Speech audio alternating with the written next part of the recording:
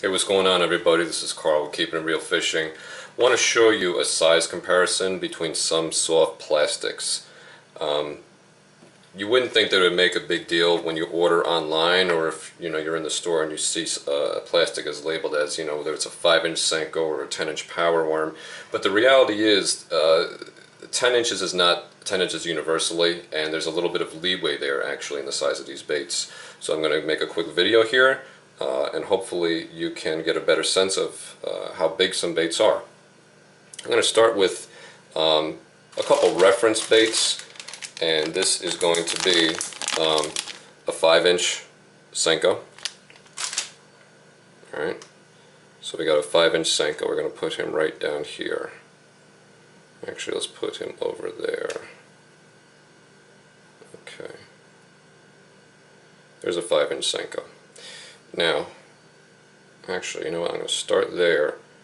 Put these props out here, but I think they might help. Just reference points. There's $1. We all know how big $1 is. Here's a quarter. Okay. I'm going to start with moving up. Here is a 7-inch Berkley power worm. Now notice how it says 7. You got that curly cute tail, but even stretched out, it's not really 2 inches longer. But as it comes packed, it's actually shorter than a 5-inch Senko. But even with this thing kind of flailing, I don't think it's really 7 inches. But what's more so than even the length of some weights is the profile. And we all know a Senko has a fat profile, and a 7-inch power worm is really kind of a smallish bait. Okay. Moving on up, we have, and I'm just going to show you that these things are what they are. It's a 7-inch power worm in sour grape. And next one is one of my new baits. This is a Havoc. This is allegedly 8-inch. Okay. So here's a Havoc in 8. And this one, it only really has body for the first couple inches. And then it goes all to a very thin tail. That's just their profile. So it wants to loop around. I'm going to kind of lay it over just to give it maximum length. Okay? Let's make sure these things are in line. Alright. So that's an 8-inch worm. Now here's a classic. This is the Berkley, the 10-inch power worm. Okay, so you see it's getting longer, and more than its length is the profile. The body's getting thicker as well. Where do I have those? Here we go. Confirmation. That's a 10-inch power worm. Okay, motor oil. Now I'd like to show you, because I have a few of these here. We're actually going to go back to a small bait. This is a 4-inch. I like these Kitech swim baits a lot. I got onto them this year and they're really awesome. This is a 4-inch Kitech. Okay, little swim bait there. And here's kind of my standard I've been using so far. This is a 4.8-inch Kitech, and they call this one the Swing Impact Fat, referring to the size of that body there. And there's him. That's a 4.8-inch. Okay. And now I just got the larger ones recently, stepping up to a 5.8-inch. Same color. This is Bluegill Flash.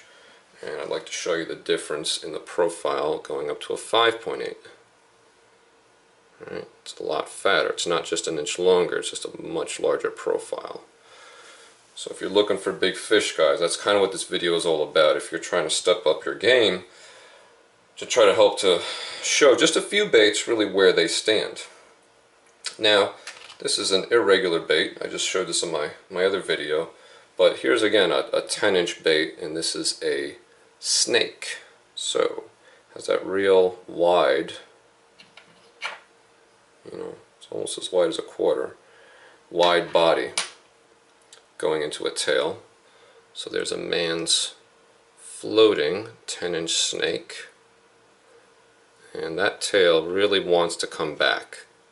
Different than some of these other ones that really curl up more, and hence the reason that it swims, I guess, a little bit more easily on the surface of the water. And then last but not least, these guys here. And these surprised me. Now check this out.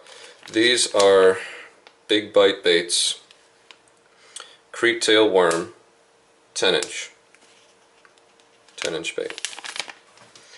You could even tell in the size of the packaging, something's got to give.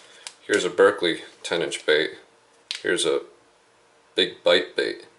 Right, so let's take a look at that one. Now this again is, according to them, 10 inches. And what I'm going to do actually is bump these guys up. Let's move you up. I'd like to put it next to that 10-inch power worm. Let's do that. Okay, this one has a hook in it. I was just using it. So look at that. Look at how thick that tail is. Like right here from side to side. Huge, huge bait. And I'm not trying to stretch it, but I just kind of want to represent how it would be fluttering through the water. I guess like that. A little bit more. Let's line all these guys up.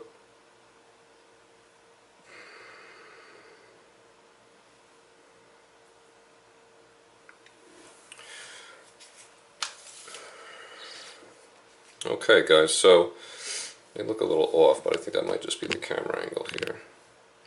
Yeah, I guess they are kind of slanted in like that a little bit. But just a quick, look at kind of what you're getting into. So if you're looking to step up, your power worm, or looking to go into a bigger Kitech, or wondering how big that man's snake is, just a couple of lures I got, and I figured I'd give you some perspective, and keep it really in mind next to this guy. Remember, this is the classic. This is a 5-inch Senko, and these things are everywhere.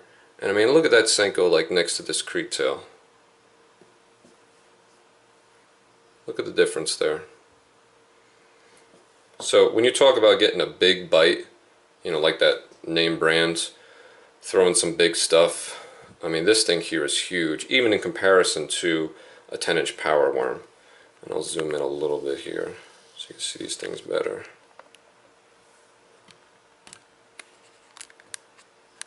So 7-inch, that 7-inch is really kind of small, because the 8-inch looks like it's an inch longer. Going up to the 10, going up to that big Senko bodied creek tail worm, the classic 5-inch Senko. There's your Kitech, a regular one, 4.8 fat, 5.8 fat, and just to switch it up a little bit, we got a 10-inch man's snake. Alright guys, that's it. Just a comparison of some baits. Any questions? Give me a holler in the comments. Thanks.